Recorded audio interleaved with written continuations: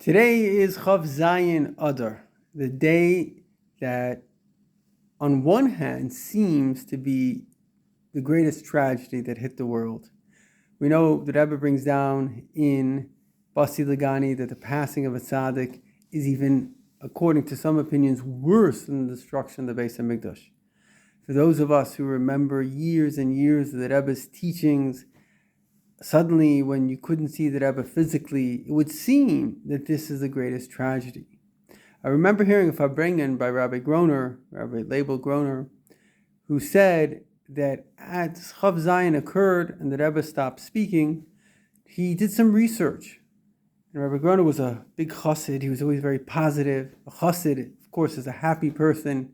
I hear that they asked Reb Mendel Futafas after Gimel Tammuz, and everyone will agree he was a chassid of note, who's right. And it's not to be political in any way, but it's just to bring out a certain point, which is they said the Meshchistin or the non-Meshchistin. So he said the path that leads to Simcha.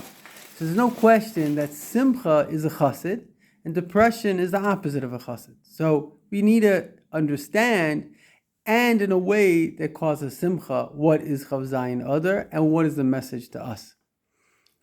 So Rabbi Groner said that he did some research with a chassid, and they realized that the Alter Rebbe writes, I think it was in Likutei Torah, but Baal Shem Tov brings it down, that there is a higher level of communication. And this is a communication in hints. In fact, the Rebbe speaks about this in Sefer Sichos, which is that hinting is an amazing form of communication, because in one moment, an entire message is just like one wink, one little thing, an entire message comes through. So after Chav Zayin Adar, basically the Rebbe was like hinting, yes, no. He was able to hint in 1 second, give us all the information. And this is a higher level of communication. And in a certain sense, you can even say that in Gimel Tammuz, an even higher level of communication. We know that the idea of Mashiach is the marriage. Now, a marriage is a very interesting thing, because all the fanfare is an engagement. You would say that if a person's getting married and the engagement is nothing compared to the marriage, so the fanfare should be during the marriage, the whole marriage. And in fact, if you look at the media, they're always trying to make things out like, oh, fanfare. But the truth is the exact opposite. As Rebbe once said to a lady who became kind of a teacher, I think in Boulder, very famous, that she rejected a lot of suitors. Rebbe said that you read too many novels. In truth, marriage is the small acts that a person does for the other, and eventually you can't imagine life without the other beside you. In other words, the idea of Dir B'Tachtein, the ultimate idea of Mashiach, is that you can't imagine God literally not within you. You can't imagine a life that Hashem isn't part of every single decision you make. In every single part of my life, Hashem is there. And perhaps sometimes, of course, right now, the Rebbe is going to walk through the room. He's going to, as the Rebbe says, how is Mashiach going to come to the Rebbe? We're literally just going to walk into 770. And it's going to be, it's going to be amazing, dancing and singing. But ultimately, as the Rebbe says, that the greatest connection, greater than all the revelations, is the internal connection that's happening. 62% based on Gallup poll of the world believe they have a personal relationship with God.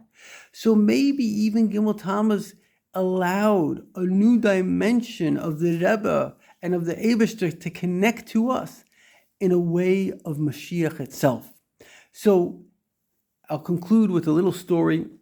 My father got engaged, and the marriage was destined to be on Tes Vav Sivan. And my grandfather asked the Rebbe, maybe we shouldn't have the marriage on Tes Vav Sivan, because that was the day that the Frierdiker Rebbe was arrested. So the Frierdiker Rebbe said, so the Rebbe said, actually, the reverse is the truth. Why? Because it turns out what happened, the Frierdiker Rebbe was released and he was sent out of Russia, and he basically brought Mashiach because of this day. So when we understand what exactly Hashem was achieving here, Hashem was bringing Mashiach, bringing us to the level of a true consciousness and unity with Hashem, then, and only then, do we realize the simcha of this great day. And certainly this is what the Rebbe wants from us, to be besimcha. to celebrate Mashiach, to celebrate it in this Beis HaMikdash, this Pesach, we're going to be in the Beis HaMikdash in Mitzvah Hashem with the Rebbe. We're going to be in Beis HaMikdash with all the tzaddikim, with Tchias HaMesim, LaYehudim, Haisa, Eira, V'Simcha, V'Sasmi, Yikar, Kain, Tia Lanu, Mamish. Now, thank you for watching.